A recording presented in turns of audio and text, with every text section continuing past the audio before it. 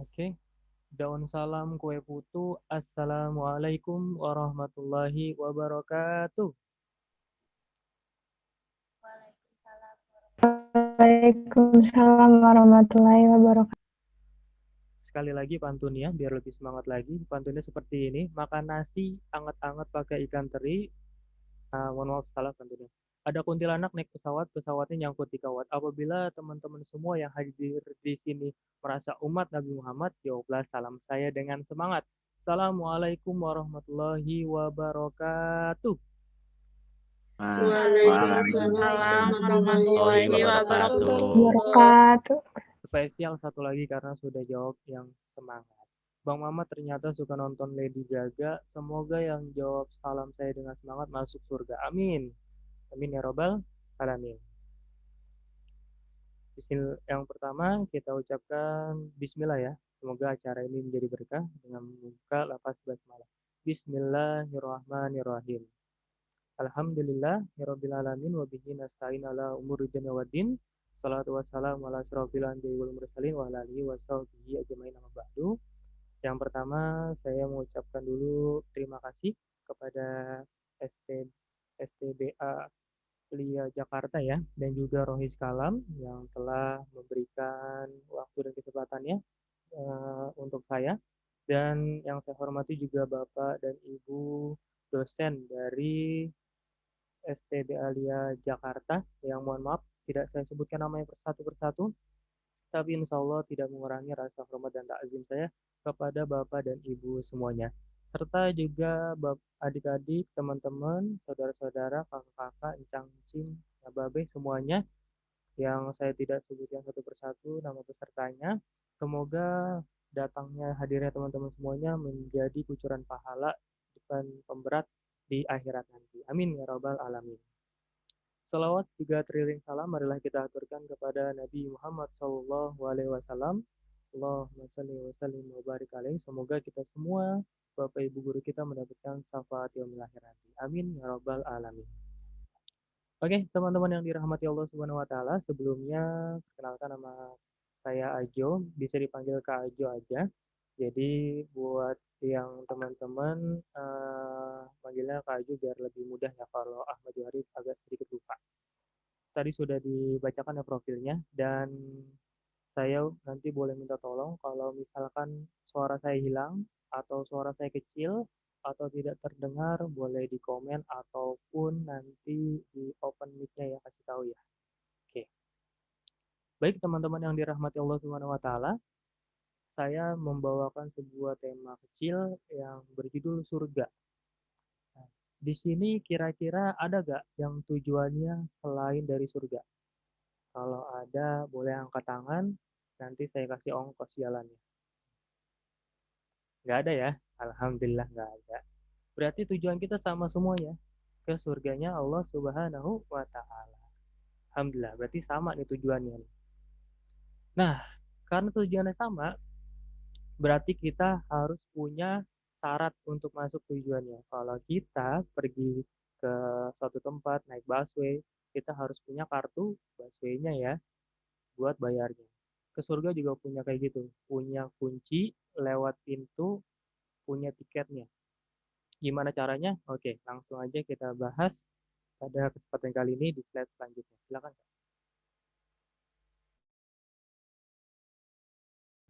Tapi sebelum kita bahas, Kak Ajo saat ini mengajak teman-teman semuanya, bapak-bapak dan ibu-ibu dan adik-adik kakak semuanya, untuk lihat ke layar. Di sini ada tulisannya konsentrasi. Nanti kakak moderatornya akan menampilkan sebuah tulisan dan berwarna. Nah, Kak Ajo minta sebutkan warnanya, bukan tulisannya. Kak Ajo ulangi ya. Sebutkan warnanya, bukan tulisannya. Oke, siap? Bisa di open mic-nya ya, nggak apa-apa ya, berantem mic-nya ya. Oke, 3, 2, 1. Mulai. Merah, Hitam. Nah, baru pertama sudah salah. Konsentrasi. Sebutkan warnanya, bukan Orange sih. Oke. 3, 2, 1. Mulai, Kak. Kuning biru. biru. Kuning biru. Oke, Oke, mulai konsentrasi. Lebih cepat kah? Biru. Biru. Hitam. Hitam. Hitam. Hitam. Kuning. Hijau. Hijau. Ungu. Pink. Ungu. Biru. Biru. Pink. Kuning. Hitam. Hitam. Hitam. Hijau. Hitam. Hitam. Pink. Kuning. Oren. Merah. Oren.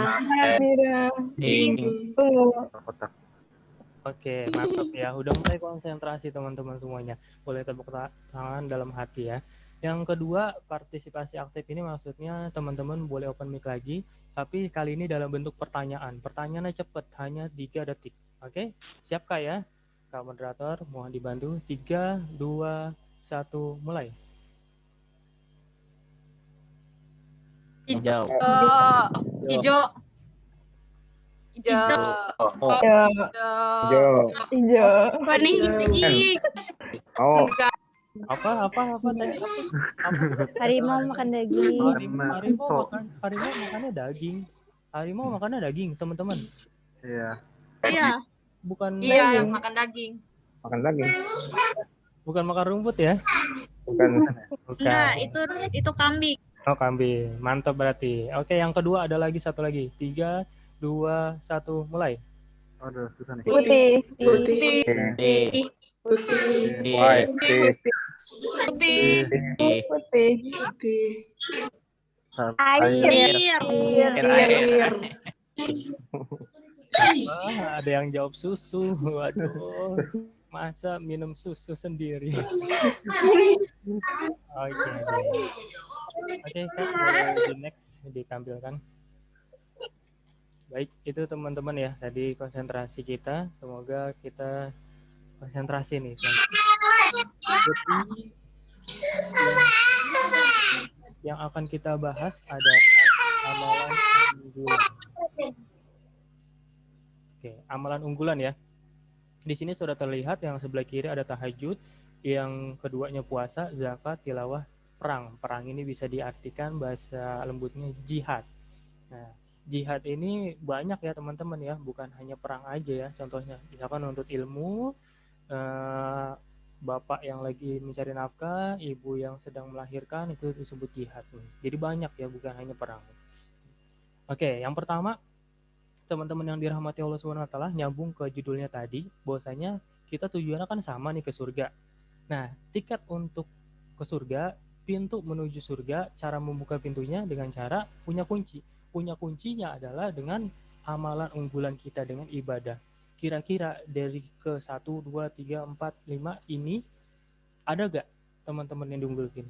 Misalkan tahajudnya sampai bengkak-bengkak, Kak, ada saya, wah kayak Rasulullah, mantap.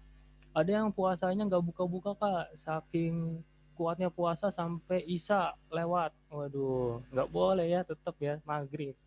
Ada yang zakatnya banyak, Kak, hartanya hampir 90% dizakatin. Tilawah, Kak, ngajinya nggak berhenti-berhenti. Orang satu juz berhenti, dia berjuz-juz, Kak. Waduh, luar biasa. Dan ada yang jihad, Kak. Kalau zaman dulu perang, kalau sekarang belajarnya sungguh-sungguh, Kak. Ranking 1 terus dapat kumlot lagi. Nah, teman-teman yang dirahmati Allah Subhanahu wa taala, dari kelima ini kira-kira kita bisa gak semuanya? Bisa. Karena sudah ada yang pernah bisa selain nabi. Siapa dia? Manusia juga kayak kita, makan nasi juga, walaupun kadang-kadang makan kurma. Dia adalah Abu Bakar As-Siddiq, salah satu sahabat Rasulullah SAW. Karena kenapa? Sholatnya atau tahajudnya kenceng sama kayak Rasulullah SAW. Puasanya apalagi, zakatnya, seluruh hartanya disedekahkan untuk perang. Tilawahnya mirip lah kayak Rasul. Jadi kalau Rasulullah lagi sakit, pengganti sholatnya itu adalah Abu Bakar. Berarti kan syarat kedua ya. Nah, yang terakhir ikut perang di zamannya Rasulullah. Kata Rasulullah, Abu Bakar bisa masuk dari pintu mana saja, milih. Kalau teman-teman di sini dulu masuk PTN atau masuk sekolah PPDB, diterima di semua jalur SNMPTN diterima, jalur SBMPTN diterima, jalur mandiri diterima. Wah, itu berarti teman-teman masuk nih, amal unggulannya semuanya masuk. Contohnya kayak gitu ya teman-teman, masuk sekolah pun kayak gitu. Jadi kita punya amal unggulan. Pertanyaannya, kalau kita nggak bisa semuanya, cuma bisa satu, gimana Kak? Kita tetap akan masuk ke pintu yang satu. Coba Kak di next slide yang selanjutnya. Jadi kita akan tetap ya masuk ke pintu salah satunya, karena pintu surga itu banyak. Boleh dilanjut Kak sampai habis, nggak apa-apa. Ini sebuah contoh ya teman-teman ya, sebuah contoh masih berhubungan tentang surga. Ini kisah nyata di zaman Rasulullah SAW. Ketika itu Rasulullah SAW dengan para sahabatnya lagi duduk, lagi ngumpul lagi gitu. Kalau sekarang kan nggak bisa ngumpul-ngumpul ya, nanti digerebek. Nah, kata Rasulullah SAW pas lagi duduk, sebentar lagi akan lewat seseorang di hadapan kalian yang orang itu adalah ahli surga. Kira-kira kalau teman-teman lagi ngumpul kayak gitu, ada yang bilang kayak gitu, gimana? Penasaran nggak orangnya siapa? Penasaran banget. Ternyata lewatlah satu orang pria dari golongan Ansor.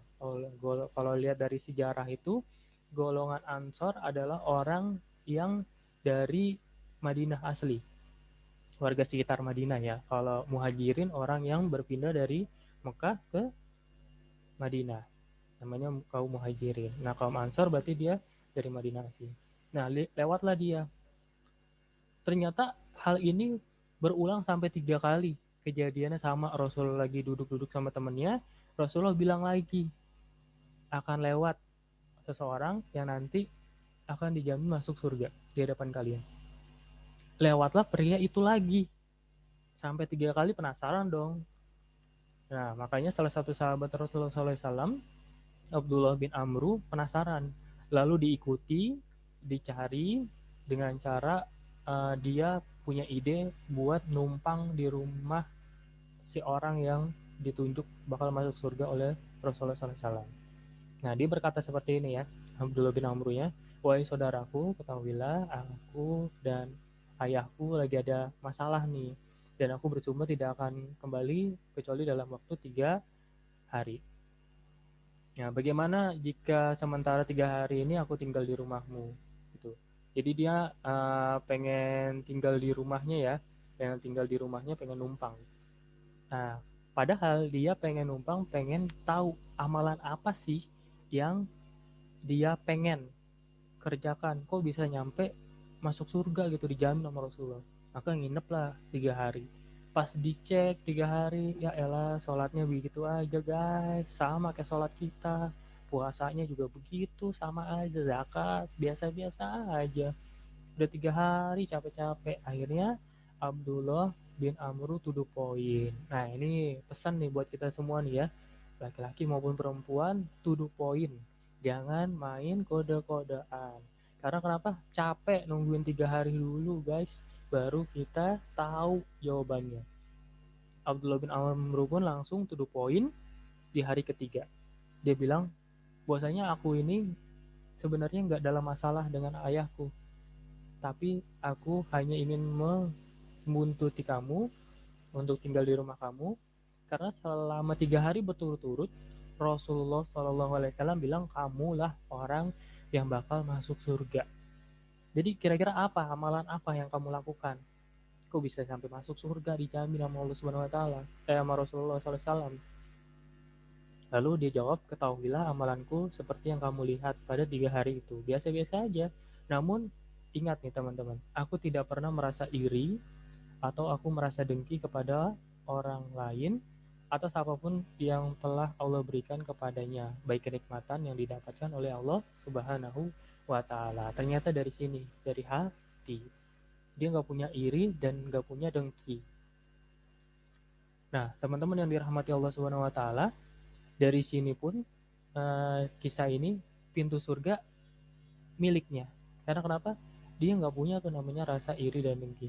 Berarti dia masuk ke pintu surga yang tidak suka iri dan tidak suka dengki. Jadi kalau di sini ada teman-temannya beli iPhone 11 dan dia gondok, nah hati-hati ya. nanti nggak salah satu dari orang yang masuk pintu surganya Allah Subhanahu wa taala. Nauzubillah min dzalik. Jadi banyak ternyata pintu surganya Allah Subhanahu wa taala. Oke, selanjutnya Kak. Di slide selanjutnya boleh kita lihat bahwasanya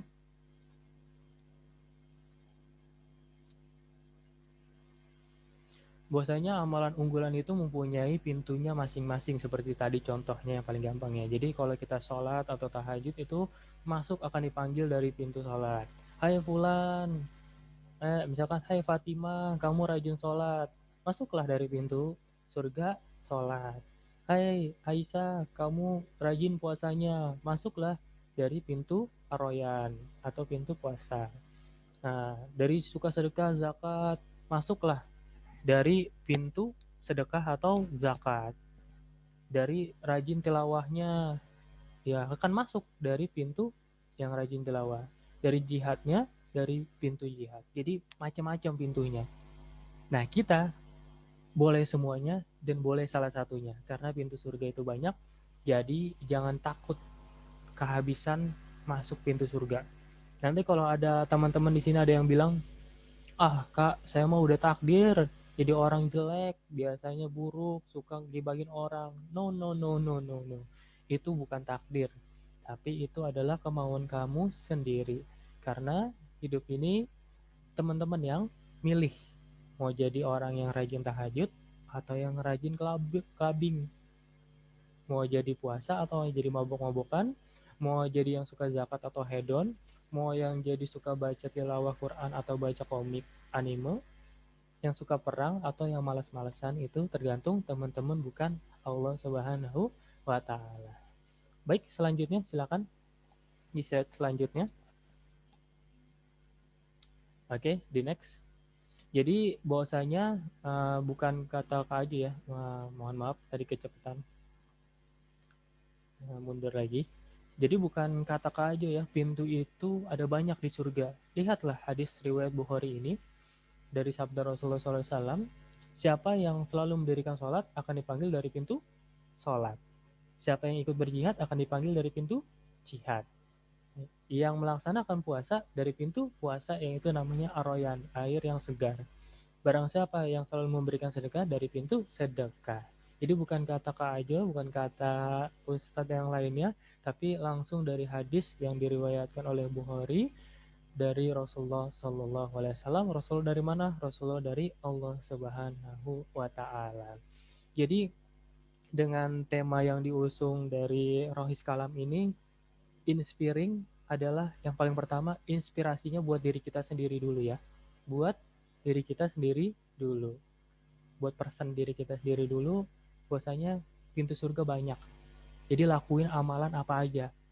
Misalkan tadi sholat, zakat, atau amalan yang lainnya. Contoh, teman-teman susah bangun malam tahajudnya, susah puasanya, kadang-kadang nggak kuat, lapar. Zakat juga kadang-kadang cekak, bayar kos-kosan. Terus apalagi sekarang pandemi ya, PJJ mulu, males.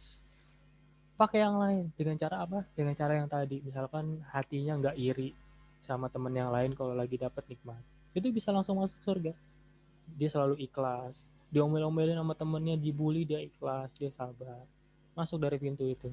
Terus sering nolong temennya, misalkan temennya lagi, kak, guys, gue lagi pindahan nih, tolong dong angkat-angkatin. Nah, bisa jadi salah satu amal itu, dia sering nolong. Guys, gue mau nikah nih, tolong dong sebarin undangan gue gitu. Nah, dengan cara itu dia rajin menolong, masuklah ke pintu surga lewat pintu surga yang suka tolong menolong. Jadi banyak ya, jangan cuma satu. Yang paling pertama inspirasi buat kita, bahwasanya surga itu pintunya banyak, maka amalannya yang bisa kita lakukan. Jangan dipaksain. Kalau kita nggak bisa tahajud, bangun tahajud tapi subuhnya kesiangan, sama aja bohong ya gitu ya. Jadi apa yang bisa kita usahain, kita laksanakanlah semaksimal mungkin. Oke, selanjutnya Kak, di slide selanjutnya. Ini ada sebuah gambar ya. Jadi kalau ada yang mungkin dalam hatinya, kok nggak mungkin kalah saya bisa masuk ke pintu surga yang manggil semua pintu surga, nggak mungkin lah Kak. Bohong, saya nggak bakal bisa Kak. di dunia ini apa sih yang nggak bisa, apa sih yang nggak mungkin. Kodok bisa jadi pangeran gitu, bisa kan ya. Terusnya putri tidur bisa bangun ya, walaupun namanya putri tidur. Nah, jadi apa yang nggak mungkin? Contoh yang ini, kak saya mau jadi atlet basket. Lah kok mau jadi atlet basket, kaki aja nggak bisa jalan. Buktinya ada tuh yang pemain disabilitas. Kak saya mau jadi pemain sepak bola profesional, lapangan besar gede gitu. Lah kakinya cuma satu, gimana larinya? Bisa kak, lewat penyangga kaki disabilitas. Jadi nggak ada yang nggak mungkin ya teman-teman yang dirahmati Allah Subhanahu Wa Taala. Kak saya nggak mungkin masuk sekolah ini, kak saya nggak mungkin masuk kampus ini, kak saya nggak mungkin jadi orang baik. Kalau kalian nggak mungkin terus, nggak bakal ada orang ini dan ini. Dengan adanya orang ini dan ini, semua akan jadi mungkin kalau kita mau. Oke kak, selanjutnya. Dan yang ini adalah sebagai inspiring juga sebenarnya buat kita, tambahan dari Kak Ajo buat teman-teman semua, dan khususnya buat pribadi Kak Ajo sendiri. Bahwasanya teman-teman pasti sekolah ya, teman-teman pasti belajar. Nah di luar sana banyak ya yang kurang beruntung kayak kita. Kalau kita mau tengok, kalau kita mau cari inspirasi, banyak. Kalian tinggal nongkrong aja di pertigaan atau perempatan, duduk di sana, lihat ada tukang gerobak yang bawa kakek-kakek, nenek-nenek. Ada anak-anak pakai baju seragam jualan bakso. Anak SMA nggak malu pakai sepeda motornya jualan somai, batagor. Jadi inspirasi datang dari mana? Datang dari pertigaan, perempatan, jalan, dan orang-orang seperti ini. Jadi kalau kalian merasa bosan dengan diri kalian, ingatlah orang-orang ini akan rela bertukar hidup dengan kalian. Bersyukurlah dengan kalian yang ada, masih bisa makan pakai ayam, pakai nugget, walaupun nugget mulu kata kata anaknya. Setiap hari makannya nugget mulu, ayam mulu, bosan mah. Astagfirullahaladzim. Coba dia makannya apa? Sambal terasi palingan. Kalau enggak kerupuk, dagangan yang enggak laku dimakan. Jadi nauzubillah min dzalik. Bosan kak makannya apa? Ayam KFC mulu. Nauzubillah min dzalik. Istighfar. Karena banyak orang yang rela bertukar dengan kehidupan kalian. Pasti mereka mau bertukar dengan kehidupan kalian. Dan yang kanan ini, kalian bisa lihat adalah orang-orang tua kalian yang masih sekolah, yang masih kuliah.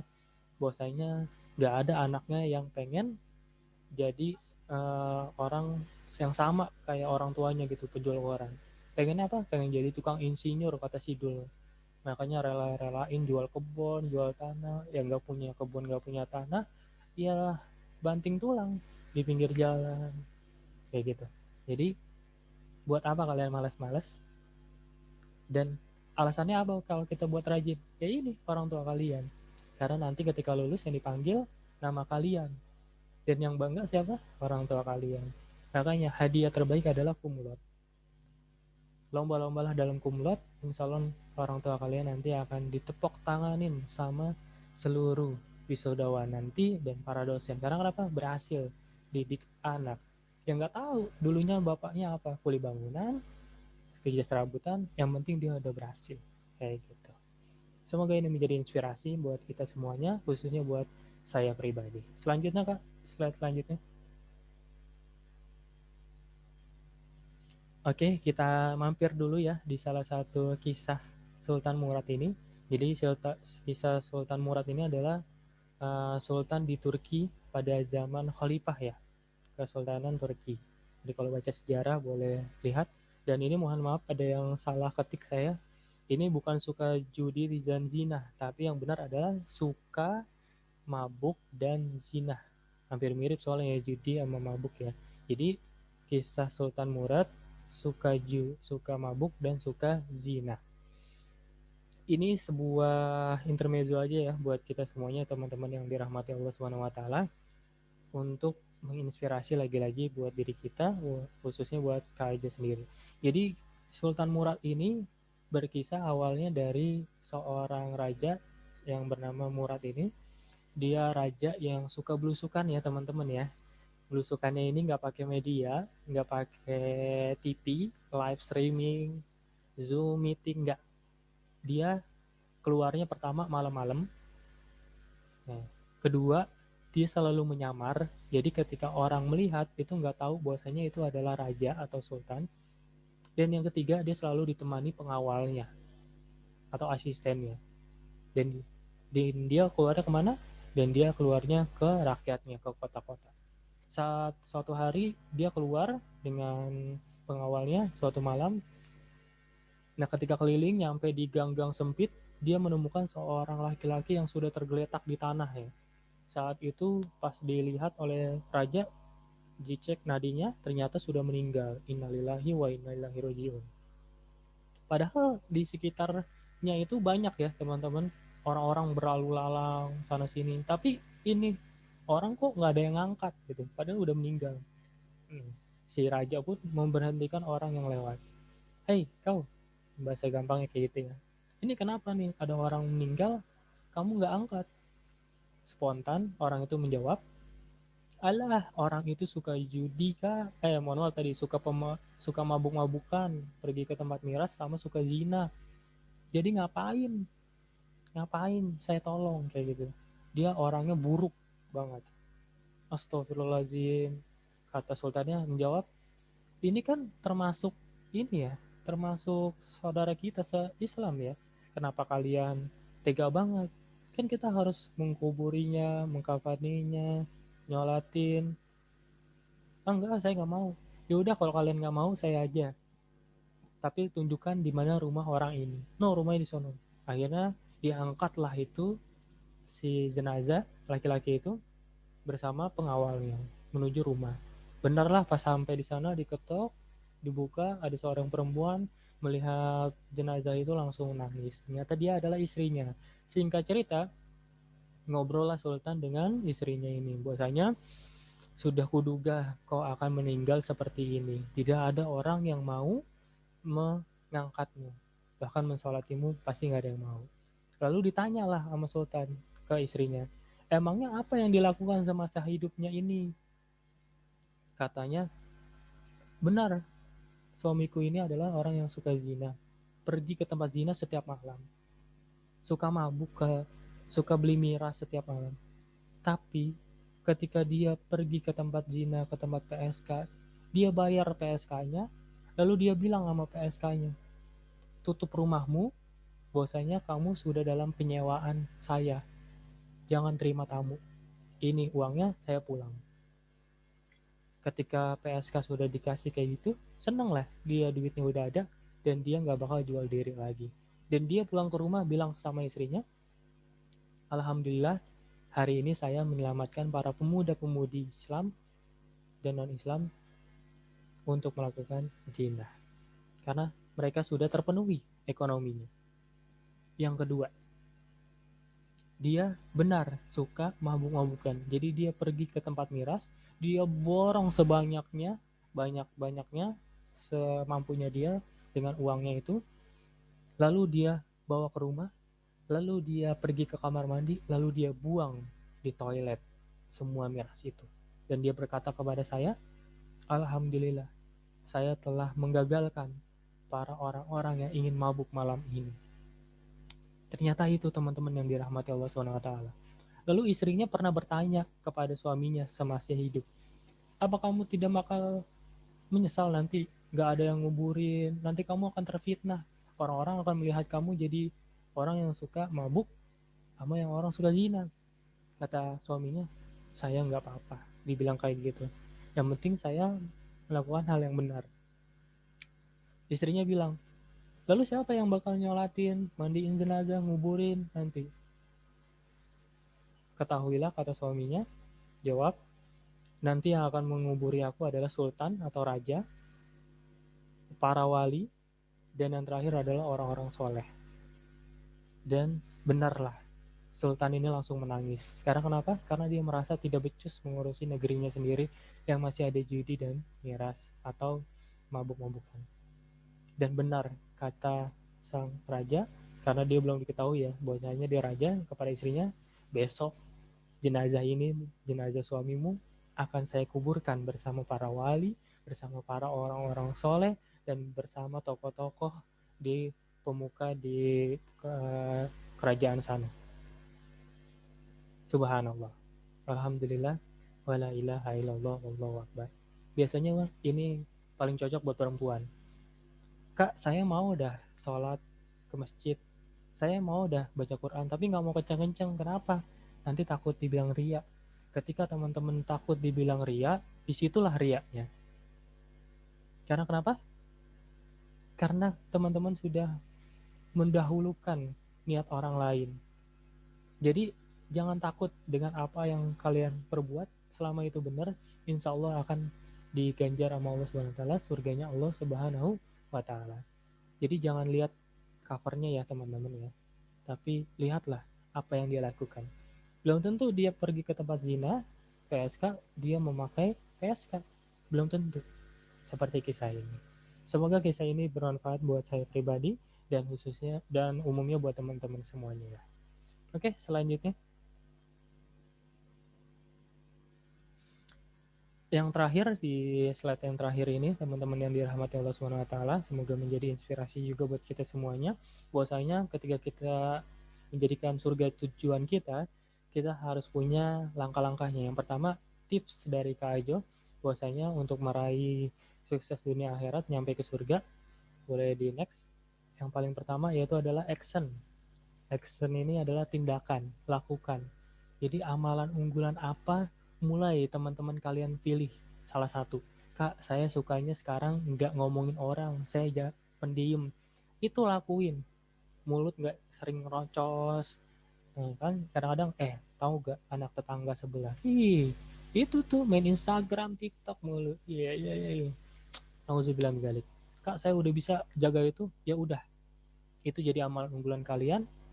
Insya Allah kalian masuk dari pintu orang yang menjaga lisan. Jadi pertama action, pilih. Oke, yang selanjutnya tips untuk sukses menuju surga yaitu adalah dari ayah dan ibu kalian. Ridallahi fi ridal walidain wa sahatar rabbi wa sahatal walidain. Jadi ridhonya Allah pada ridhonya orang tua.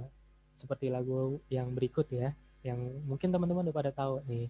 Doa ibuku dikabulkan Tuhan.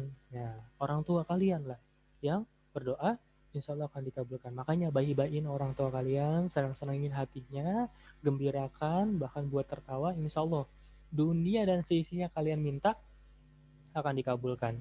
Tadi yang seperti dibaca oleh kori kita ya pada saat tilawah, yang dalam surat Al-Baqarah 186 ya. Wa idza salaka ibadi fa inni qarib. Jadi kalau ditanya tuh Allah itu di mana? Dekat, sedekat urat nadi kita. Nah, terusnya uji budak wata dai izadaan falyastajibuli. Nah, ini yang paling penting, falyastajibuli. Doa, minta doa. Insya Allah akan dikabulkan sama Allah Subhanahu wa taala. Itu Allah langsung yang bilang. Jadi Allah gak bakal bohong, apalagi tipu-tipu. Jadi minta ya sama Allah Subhanahu wa taala. Oke. Selanjutnya, tips sukses untuk meraih surga atau menuju sukses dunia akhirat yaitu adalah yang tadi ya, minta Allah. Allah punya segalanya, maka dekati dia. Contoh, teman-teman mau melamar si gadis mana nih? Yang kalian deketin siapa? Orang tuanya, bapak ibunya, bawa martabak, bawa bekal, salah. Bawa mobil, bawa motor, baik-baikin. Wah, ada hutang pak? Iya, saya transfer ya pak. Oke, listrik udah dibayar pak. Oke. Nah, baik-baikin, pasti akan dikasih. Begitupun dengan Allah Subhanahu wa taala. Kalian dekat dengan Allah, kalian lakukan perintah dan jauhi segala larangannya, insya Allah kalian minta apa aja dikasih. Insya Allah. Yang terakhir, tips sukses untuk menuju surganya Allah Subhanahu wa taala yaitu adalah melihat sejarah. Kenapa kita harus melihat sejarah? Nah, karena umur kita terlalu singkat, kalau kita salah dulu baru benar. Makanya dengan adanya sejarah kita langsung disuruh benar tanpa harus salah dulu. Contoh apa? Misalkan kalau kita menentang Allah kayak Firaun. Kalau kita menumpuk harta kayak Korun.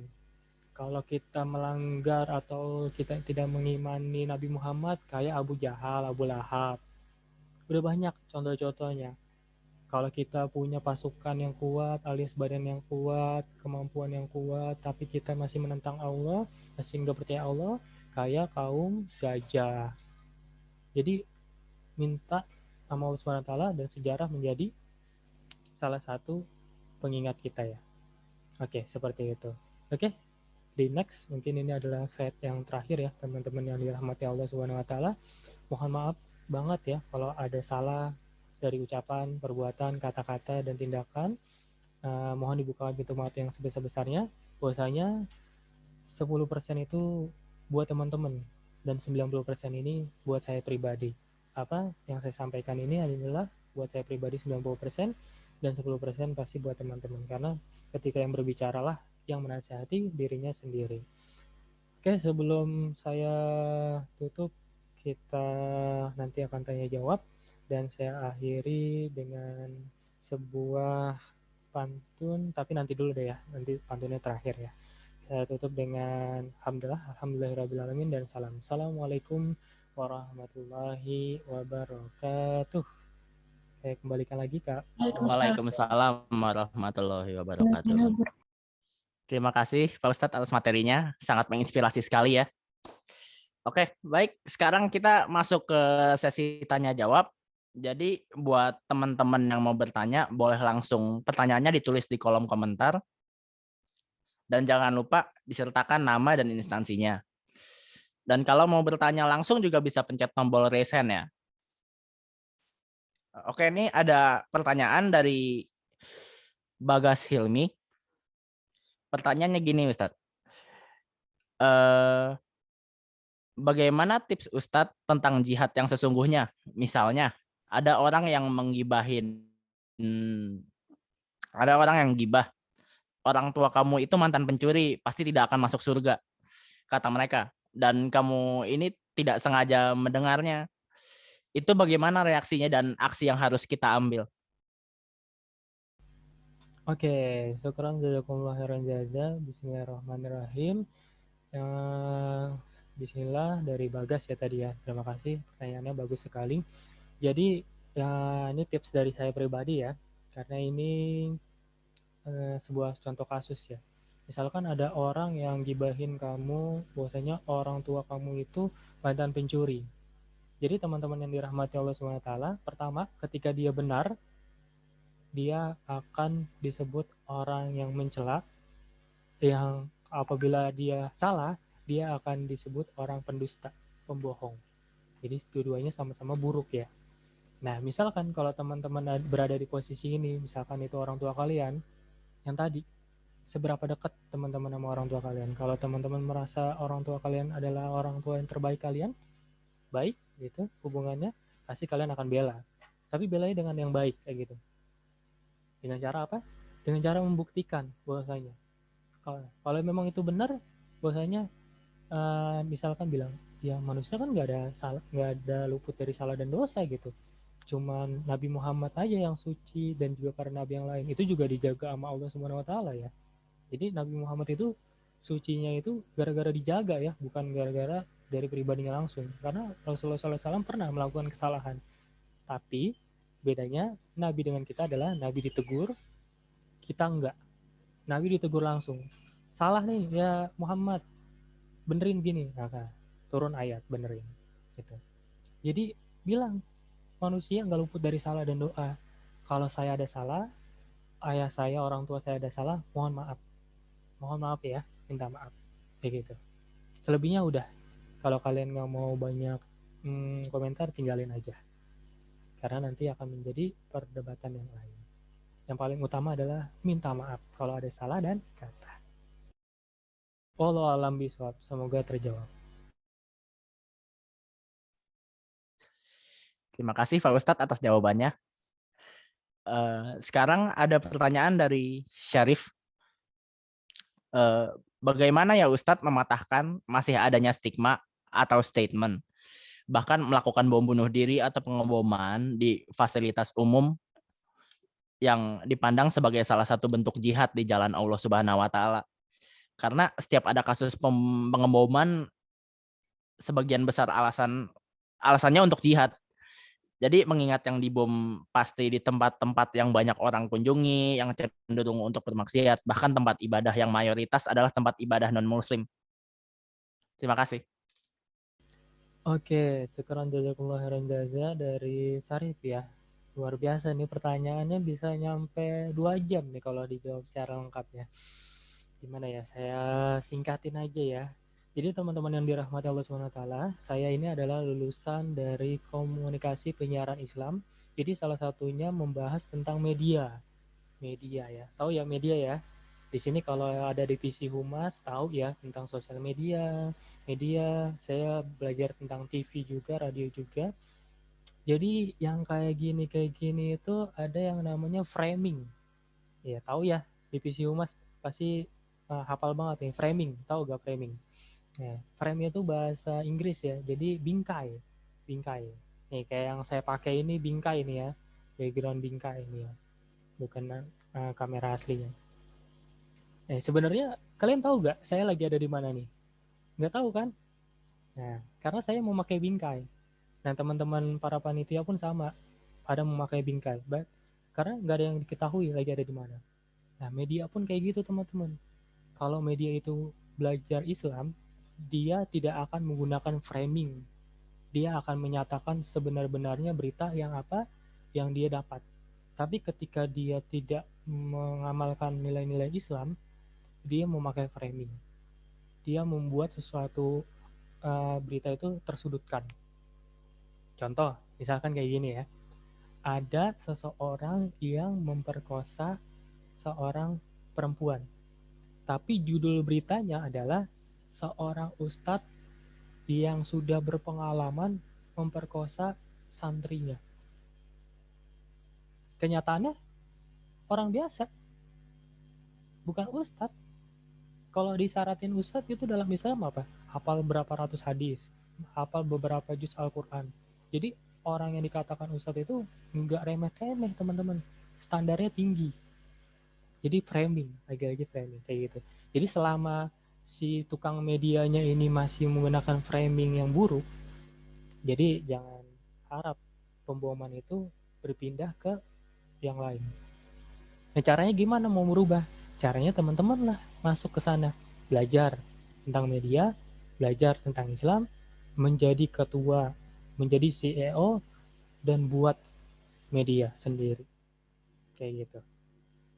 Wallahu a'lam bishawab. Semoga dapat menjawab.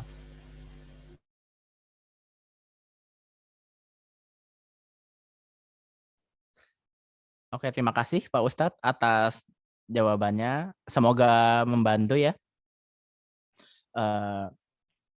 Sekarang ada pertanyaan dari Uniku. Oh, Dini ya. Ada pertanyaan dari Dini.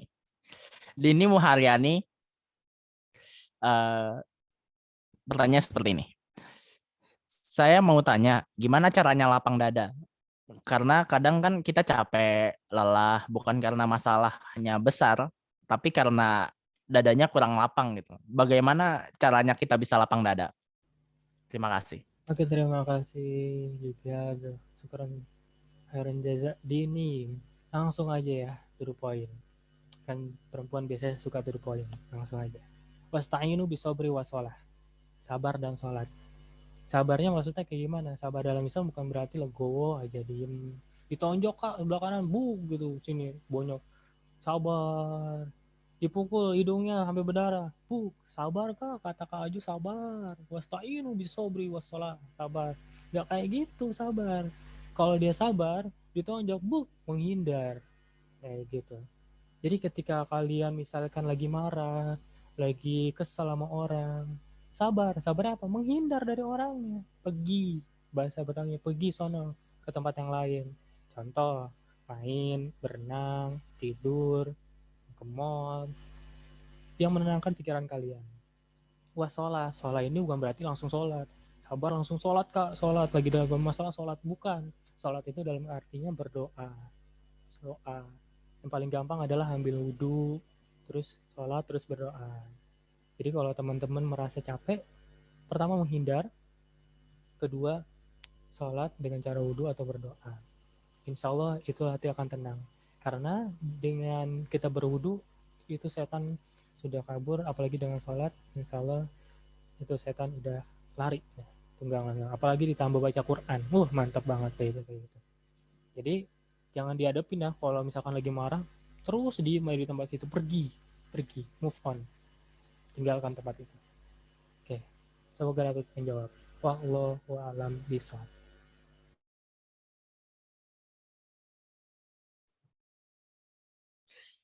Oke, baik. Terima kasih Pak Ustadz. Semoga membantu ya jawaban dari Pak Ustadz bagi Nini.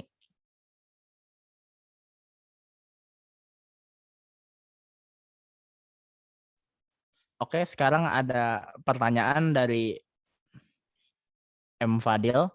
Muhammad Fadil. Pertanyaan seperti ini.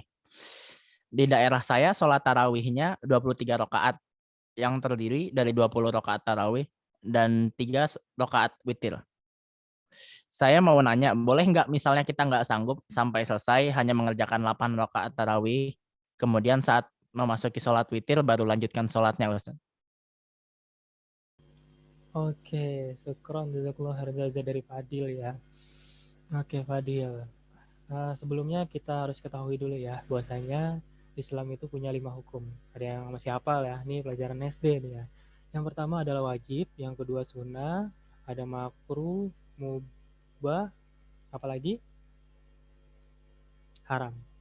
Nah, jangan sampai kelupaan. Jadi ada 5. Nah, sholat tarawih ada di mana? Ada di sunnah. Sunnah itu apa? Sunnah itu adalah apabila dikerjakan mendapat pahala, apabila ditinggalkan tidak apa-apa, nggak apa-apa, GPP gitu. Jadi kalau teman-teman pun nggak sholat sekalian pun itu nggak apa-apa. Mau sholatnya 10, mau sholatnya 3, mau sholatnya 2, mau sholatnya 1, nggak apa-apa. Yang penting nggak dosa kalau ditinggalkan. Cuman kata Kak Ajo nggak apa-apa, besok-besok pakai dalilnya Kak Ajo aja, nggak usah sholat taraweh gitu. Habislah Kak Ajo diomelin sama mak bapaknya. Bukan kayak gitu juga berarti ya. Iya masa sih Ramadan setahun sekali nggak sholat, ya kayak gitu bahasanya. Ya, jadi sholat juga tapi sesuai dengan kemampuan kita, jangan dipaksain. Habis sholat, maksain 23 rakaat, Allahu Akbar, langsung pupak jatuh langsung dari bawa ke UGD, meninggal. Sahid tapi keluarganya menangis. Jadi sesuai dengan kesanggupannya. Rasulullah sanggup sampai berlama-lama kakinya bengkak-bengkak, yaitu Rasulullah sanggup. Kalau kalian nggak sanggup ya jangan ikuti. Kalau kalian sanggupnya 8 rakaat ya nggak apa-apa. Jadi selama masih sunnah ora apa-apa gitu. Yang jadi masalah adalah orang yang tidak sholat. Kebangetan banget orang Ramadan sekali nggak sholat. Wallahu a'lam bishawab. Semoga dapat terjawab.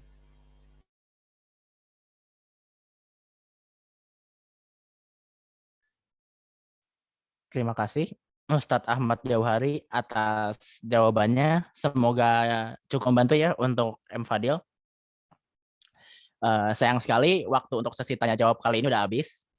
Terima kasih kepada teman-teman yang sudah bertanya. Nanti akan dihubungi oleh panitia ya.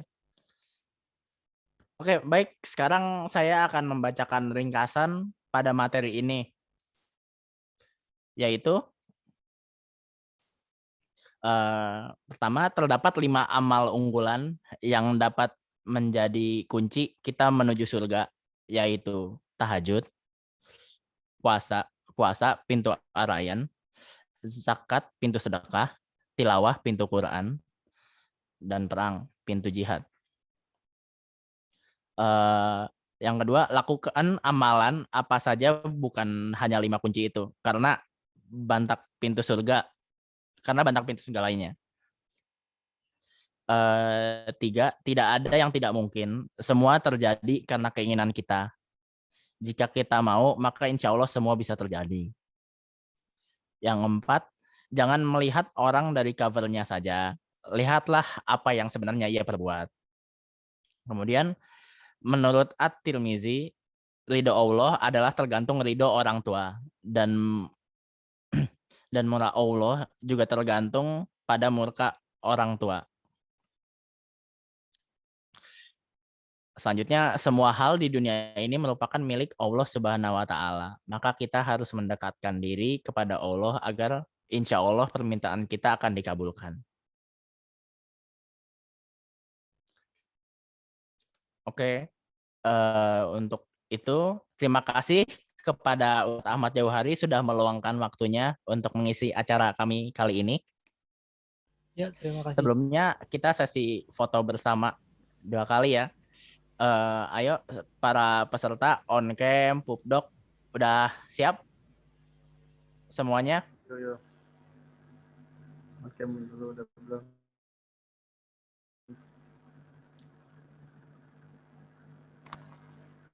On cam dulu ya teman-teman.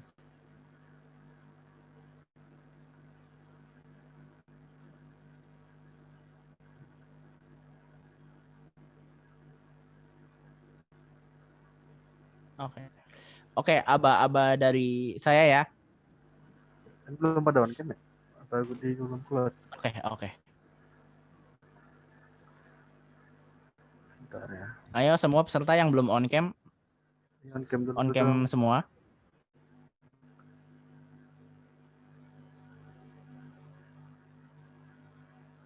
Untuk Pupdok udah siap? Oke deh. Udah. Oke. Aba-aba dari saya ya.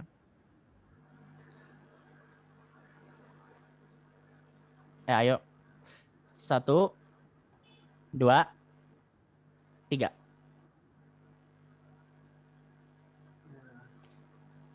Sekali lagi ya.